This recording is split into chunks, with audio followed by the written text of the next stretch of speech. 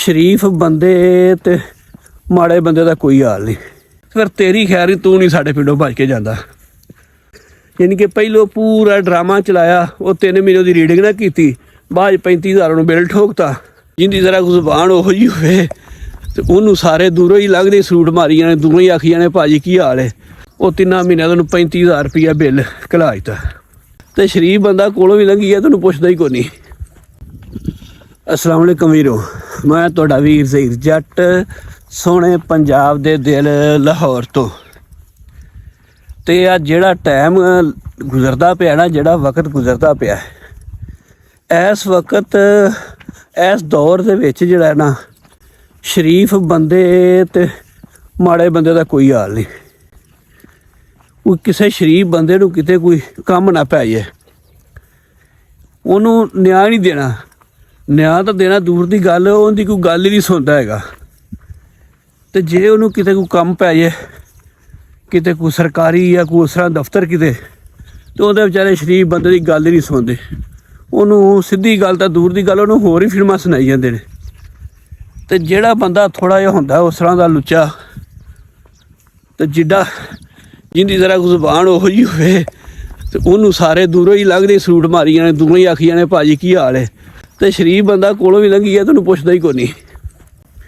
देखो किस तरह दौर आ गया। आ साडे इत्थे एक बंदा सी, उन्होंने दूजा ना 3 महीने बिजली का बिल ही नहीं आया। तो वो 3 महीनों बाद बेचारे उन्होंने कट्ठा ही 3 महीनों का बिल बना के, वो क्योंकि इत्थे है कि यूनिट जिन्ने ज़्यादा यूनिट होण उन्ना ही रेट वधदा जांदा है। वो 3 महीनों का 35,000 रुपया बिल घला दिता। वो बिल वेख के परेशान, कभी उधर जाए कभी उधर जाए। जो बंदा रीडिंग करने वाला आंदा सी ना, उहदे नाल कीती गल, उन्हें कहा भाजी आपां इहनूं अद्धा करवा लैने आ। वो बिल लैके गया, उन्हें 35,000 का जिहड़ा ना अद्ध करवा लिया। अद्ध करवा के लिया के अफसर तो साइन करवा के, तो फिर उन्होंने करदा जी यह बिल हो गया अद्धा, 17,500 हो गया। जिहड़ा उतला 17,500 है ना, तकरीबन 8.5 वो तुसीं देना होर। उन्हें पूछा भी ये कहा तू तो क्या सी, इहो जी जेडे उसर ने घट किया ना, वो उन्हें खाने ने। यानी कि पहलों पूरा ड्रामा चलाया, वो 3 महीने की रीडिंग ना की, बाद 35,000 उन्होंने बिल ठोकता। वो बिल ठोकदा उतों उन्होंने जिहड़ा है ना असल गल विच की उन्हें आप खाने। खैर उन्हें जी वो उतारता बिल, पैसे दे दिते। अच्छा 2-4 महीने लंघे, फिर उन्होंने बिल ना आया। वो फिर 3-4 महीने जो 7-8 महीने बाद जिहड़ा ना फिर उन्होंने इस तरह ला के बिल आ गया। वो बड़ा परेशान भी ये चंगा। असल च उन्होंने भी सामी लभ गई ना भी ये शरीफ बंदा, इन्हें किहड़ा किसी ने कुछ आखना।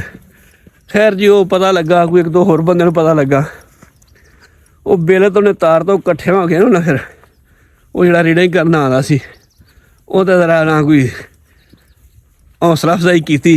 उन्हें भी जे हैगा तो इंज आया ना, तू इस तरह किया रीडिंग ना की तो सानू कट्ठा बिल पाया, फिर तेरी खैर ही तू नहीं साढ़े पिंडों भज के जाता। उस तो बाद जिहड़ा है ना वो बेचारे शरीफ बंदे की जान छुट्टी। नहीं तो जिहड़ा वो वेखो भी, वो जिहड़ा बंदा सीधा है, जे वो थोड़ा होया उन्होंने सीधा होया तो वो काम ठीक, जे नहीं पुछया तो साड़ी तो ना वो बेचारे माड़े बंदे नूं रगड़ के रखता। ऐ तो टाइम गुजरदा पिया भी माड़े बंदे तो जिहड़ा ना कोई पुछ दस नहीं। तो जिहड़ा हैगा थोड़ा अगों उस तरह का जिहड़ा सीधा हो जाए, उहदे वास्ते सारे काम ही सीधे ने। ऐ तो टाइम जांदा पिया।